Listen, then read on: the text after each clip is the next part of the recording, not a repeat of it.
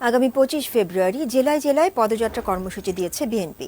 শনিবার দেশের 11 মহানগরে বিএনপির পদযাত্রা কর্মসূচি থেকে নতুন কর্মসূচির ঘোষণা দেওয়া হয়। বিকেলে সিলেট মহানগর বিএনপি আয়োজিত পদযাত্রা কর্মসূচি শুরুর আগে সংক্ষিপ্ত সভায় দলের স্থায়ী কমিটির সদস্য নজরুল ইসলাম বলেন, মানুষ আজ পরিবর্তন চায় বলেই তারা রাস্তায় নেমে এসেছে। দুপুরে বরিশাল মহানগর বিএনপির উদ্যোগে পথযাত্রা ও সমাবেশে দলের স্থায়ী কমিটির সদস্য বেগম সেলিমা রহমান বলেন, এই সরকারের অধীনে কোনো নির্বাচনে যাবে না বিএনপি। রংপুরে বিএনপির পদযাত্রা কর্মসূচিতে উপস্থিত ছিলেন দলের কেন্দ্রীয় কমিটির যুগ্ম মহাসচিব সৈয়দ মোয়াজ্জেম হোসেন আলাল।